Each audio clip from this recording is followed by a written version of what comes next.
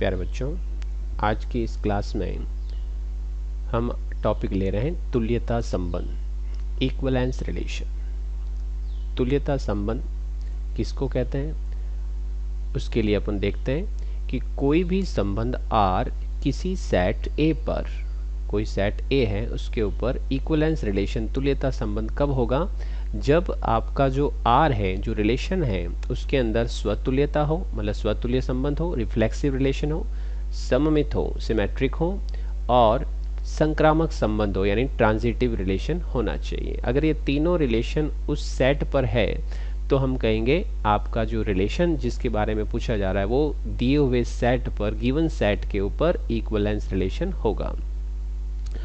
इसको समझने के लिए हम यहाँ पर एक एग्जाम्पल लेते हैं। फर्स्ट, आपके पास एक सेट है। सेट कैसा है, यदि L मीन्स आपके पास में लाइंस का एक सेट है, कोई प्लेन है, उस प्लेन के अंदर बहुत सारी लाइंस हैं, लाइंस का set, set of lines in a plane, और एक रिलेशन R जो दे रखा है वो L पर डिफाइन किया हुआ है, मतलब इस रेखाओं के ऊपर एक परिभाषित किया हुआ है। किस टाइप से, उस लैंग्वेज को अपन समझते हैं। ये कहता है कि रिलेशन कुछ इस टाइप से दे रखा है कि पहली रेखा दूसरी रेखा दोनों के बीच में, ये ऑर्डर पेयर है इन दोनों का, तो इन दोनों में क्या रिलेशन है, इस टाइप का। L1 is parallel to L2, मतलब उनके समानांतर होने का रिलेशन दे रखा है। तो for every L1 L2 belongs to L, मतलब ये दोनों रेखाएं इसी सेट से ली गई है। तो जांच करो कि ये क्या तुल्यता संबंध है, क्या ये इक्विवेलेंस रिलेशन है। तो इक्विवेलेंस रिलेशन को प्रूफ करने के लिए हमें यहाँ पर तीनों की जांच करनी होगी। सबसे पहले हम चेक करेंगे स्वतुल्य संबंध, रिफ्लेक्सिव रिलेशन। जब कभी हम रिफ्लेक्सिव रिलेशन की बात करते हैं तो सेट में से एक ही मेंबर लेना है। तो हमने इसमें से एक एलिमेंट लिया कोई भी, जैसे L1 मीन्स ये रेखा है, फॉर एवरी मतलब इसमें से कोई भी रेखा लो। और अगर हम ये रिलेशन लेके चलें, पहले L1 रिलेटेड टू L1, मतलब खुद का खुद के साथ, तो सब जानते हैं कोई भी रेखा हो या कोई भी पार्ट दे रखा तो वो खुद के क्या रेस्पेक्ट में क्या होगा, अगर पैरेलल कह रहा है तो पैरेलल हो जाएगी। तो L1 is parallel to L1, L1 के समानांतर है, विच इज ट्रू, जो कि सही बात है, क्योंकि हर एक लाइन जो होती है वो खुद के क्या होती है, पैरेलल। तो यहाँ पर ये रिलेशन है, इसका मतलब R जो है वो आपका रिफ्लेक्सिव रिलेशन हो गया। यहाँ पर मैं आपको एक चीज और बता दूं, यही अगर आपके पास में कुछ ऐसी चीज होती जिसके अंदर वो चीज ट्रू ना हो तो फिर उस केस में क्या कहेंगे, वो रिफ्लेक्सिव नहीं होगा। मतलब ये जो लाइन दे रखी है वो ट्रू हो भी सकती है और नहीं भी हो सकती, डिपेंड करेगा। अलग अलग रिलेशन जो डिफाइन किए हुए होते हैं तो वो आप देख सकते हो। कोई भी रेखा खुद के लंबवत नहीं होती है, any line which not perpendicular to itself, मतलब खुद की रेखा खुद के रेस्पेक्ट में लंबवत नहीं होगी, तो वहां पे वो रिलेशन स्वतुल्य नहीं होगा। तो देखना ये है कि रिलेशन किस तरह से दे रखा है, तो आप बहुत ही बारीकी से उस चीज को समझें और ध्यान रखें। नेक्स्ट, अपन स्वतुल्य के बाद, रिफ्लेक्सिव के बाद आते हैं सममित संबंध के ऊपर, सिमेट्रिक रिलेशन। सिमेट्रिक रिलेशन, जब कभी हमें सिमेट्रिक रिलेशन की जांच करनी होती है तो हमें क्या देखना होता है कि ये जो रेखाओं का सेट है इनमें से दो कोई भी लाइन लेनी है, कोई भी दो लाइन, कोई भी दो ले ली मैंने, L1 L2, और आप इसमें इन दोनों का रिलेशन लेके चलते हो। If L1 related to L2, दो रेखाओं में ये संबंध दिया हुआ, मैंने पहले भी शायद बता रखा है, ध्यान रखना। सिमेट्रिक के अंदर या किसी रिलेशन में अगर इम्प्लाइज दैट के इस साइड में जो चीज रखी है इसका मतलब वो है, यानी कि L1 L2 के क्या है, समानांतर, क्योंकि रिलेशन किस टाइप का दे रखा है, पैरेलल होने का। L1 is parallel to L2, L1 parallel to L2। तो इसका मीनिंग तो ये मैथमेटिकल फॉर्म में ये लिख दिया।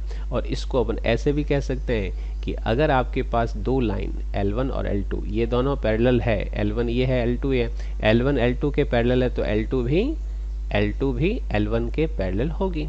L2 is also parallel to L1, yes. तो इसका मतलब ये हुआ कि अगर L1 L2 के पैरेलल है तो L2 जो है आपके पास में यहाँ ये भी लिख सकते हैं, L2 is parallel to L1। L1 L2 के पैरेलल को अपन ऐसे लिखते हैं, तो अपन इसको लिखेंगे इस टाइप से, L2 related to L1। Means आपका जो रिलेशन है, अगर इस साइड से अगर इसको x माने इसको y माने, x related to y and y related to x, that is symmetric relation. तो यहाँ पर ये रिलेशन जो है वो L1 से L2 और L2 से L1 हो गया। सो रिलेशन कैसा हुआ आपके, सिमेट्रिक रिलेशन। R जो है वो आपका सममित संबंध हो गया। और देखते हैं अपन आगे, थर्ड पॉइंट, संक्रामक संबंध, ट्रांजिटिव रिलेशन। संक्रामक संबंध, इसके अंदर अपन 3 मेंबर चूज करेंगे। L में से हमने L1 निकाला, L2 निकाला, L3 निकाला, मतलब 3 रेखाएं निकाली। और इनमें हमें ये दे रखा है, क्या दिया हुआ है कि ये 3 लाइन हो गई है वही आपके पास में L1 L2 L3, L1 L2 के पैरेलल, L2 L3 के पैरेलल। ये R का मतलब पैरेलल होना यहाँ पे। तो L1 L2 के पैरेलल, L2 L3 के पैरेलल, उसको हमने ऐसे लिख दिया। इसको बोलते हैं एंड। इस सिंबल को अपन बोलते हैं एंड। यहाँ पर भी आ रखा एंड। तो अब देखते हैं आगे, L1 L2 के पैरेलल, L2 L3 के पैरेलल। इसका मतलब L1 L3 के पैरेलल होगा, L1 L3 के पैरेलल। So here L1 related to L3, L1 related to L3।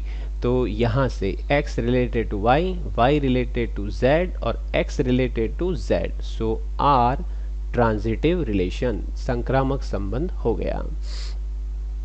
Therefore तीनों कंडीशन फुलफिल हो रही हैं, तो R जो है वो आपका क्या हो गया, is an equivalence relation. R को अपन क्या बोलेंगे, तुल्यता संबंध। एक और एग्जाम्पल देते हैं और इस टॉपिक को यहीं पे क्लोज करेंगे। फिर देखिए,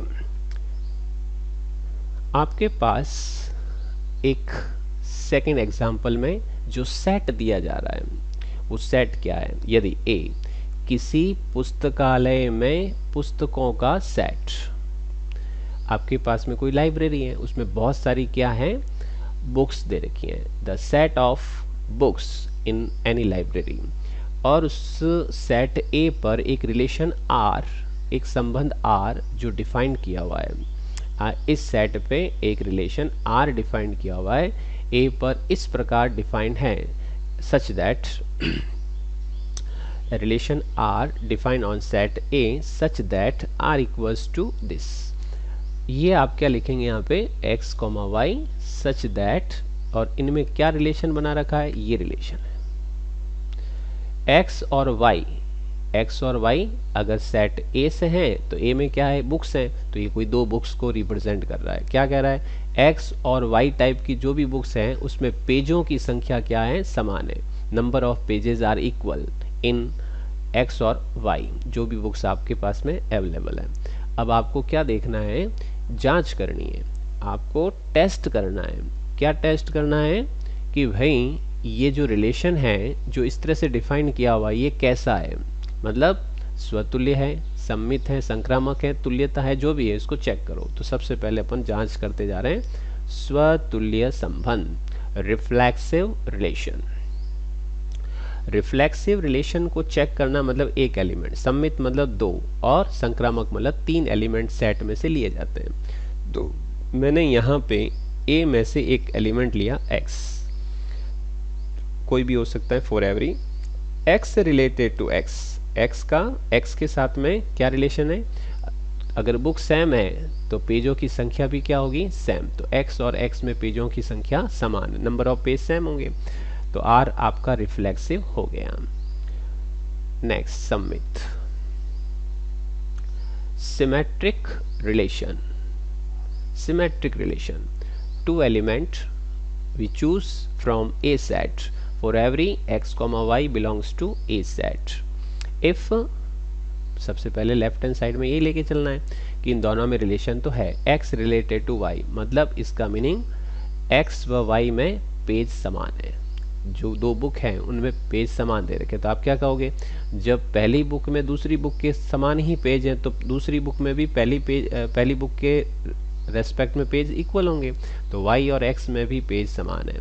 तो अगर आप इसको ये लिखते हो और इसको ये लिखते हो तो इसको क्या लिखोगे, y रिलेटेड टू x। तो r क्या हो गया आपका, सममित संबंध, r सिमेट्रिक रिलेशन है। अगर ये सिमेट्रिक रिलेशन है तो आप क्या देखोगे next, transitive relation. Transitive relation में ए सेट में से हमने 3 बुक्स निकाल ली, ये लाइब्रेरी है, 3 बुकें निकाली और सामने वाले ने कहा यदि x रिलेटेड टू y है और y रिलेटेड टू z है, मतलब इन दोनों में क्या ये तो समान होने का हो गया रिलेशन, पेज समान होना, तो x बुक में y बुक के बराबर पेज है और y बुक में z बुक के बराबर पेज है, तो उसको हमने ऐसे लिख दिया, x और y में समान पेज है, y और z में समान पेज है, तो आप क्या कहोगे, x में भी z के बराबर ही पेज होंगे। और x और y में, x और z में अगर पेज समान है, इक्वल पेज हैं, तो x रिलेटेड टू क्या हो जाएगा आपके, z। r क्या हो गया, transitive relation, r is transitive relation, तो आप क्या कहोगे, r is an equivalence relation on set a।